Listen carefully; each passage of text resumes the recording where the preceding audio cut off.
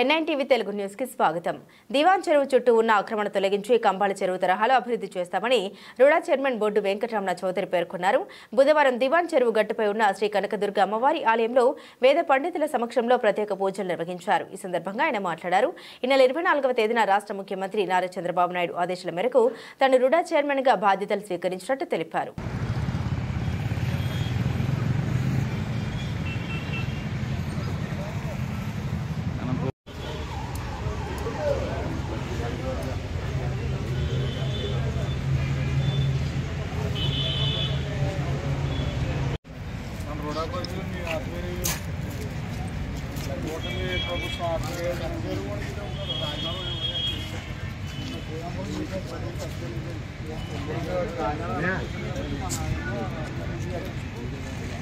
Compulsory party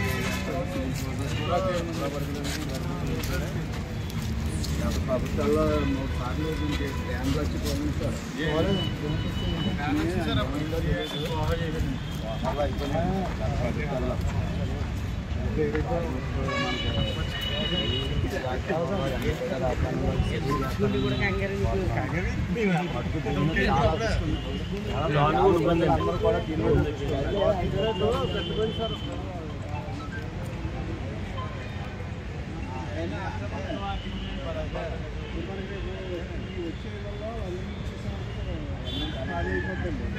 Chittoor ఏమంటే walking track వేసి రాజీనామా ఉందండి. రాజీనామా తిరిగి సార్ ఆ విధంగా ప్రపోజల్ అడుగుతున్నారు.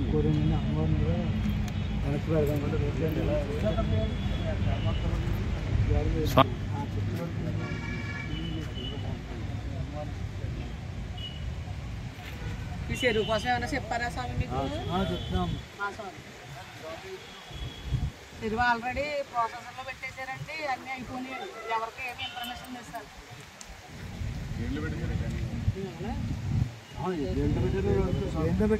జనసేన ఏంటంటే ఎమ్మెల్యే గారు చెప్తే మొన్న ఆ ఇళ్ళన్నీ చెప్తే వాళ్ళ వార్నింగ్లు ఇచ్చారంట సార్. ఈ సేల్ అనేది వాళ్ళు ఏమో నాకు చెప్పారు, చౌదరి గారికి తీసుకెళ్తాను కంగారు పడకండి అని చెప్పాను సార్. మొత్తం బారు తీసేయాలని చెప్పారంట సార్.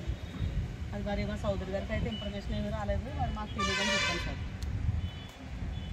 ముఖ్యంగా వచ్చారా చెరుగట్టలో ఉన్న పేదలందరికీ వాళ్ళ స్థలాలు అవి చూపించింది, మొత్తం సర్వే చేసింది, మొత్తం చుట్టూ రోడ్ వేసింది. వాటికి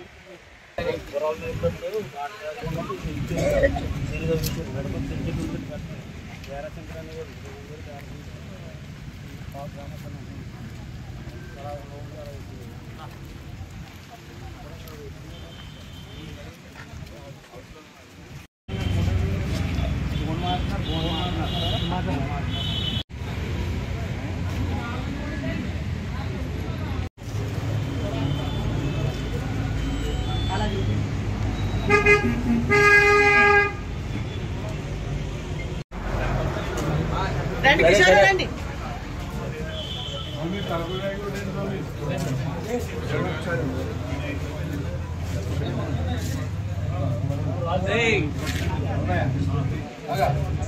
మాట్లాడతారా స్వామి?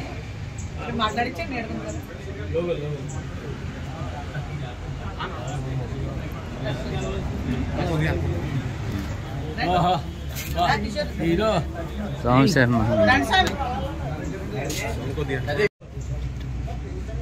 అందరికీ నమస్కారం.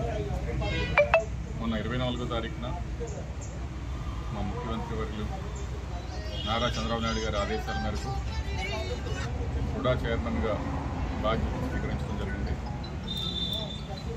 అయితే రాజమహేంద్రవరం అర్బన్ డెవలప్మెంట్ అథారిటీ అనేది దాదాపు 3,000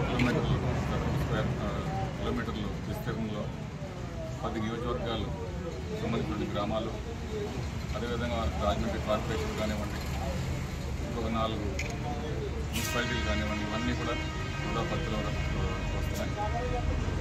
అయితే ఈ ప్రాంతం అంతా కూడా రానున్న 40-50 సంవత్సరాలు వారికి అవసరాలు మౌలిక వసతులు కావాలనేది అన్ని ప్రణాళిక ప్రకారం మాస్టర్ ప్లాన్ తయారు చేసిన ముఖ్య లక్ష్యం.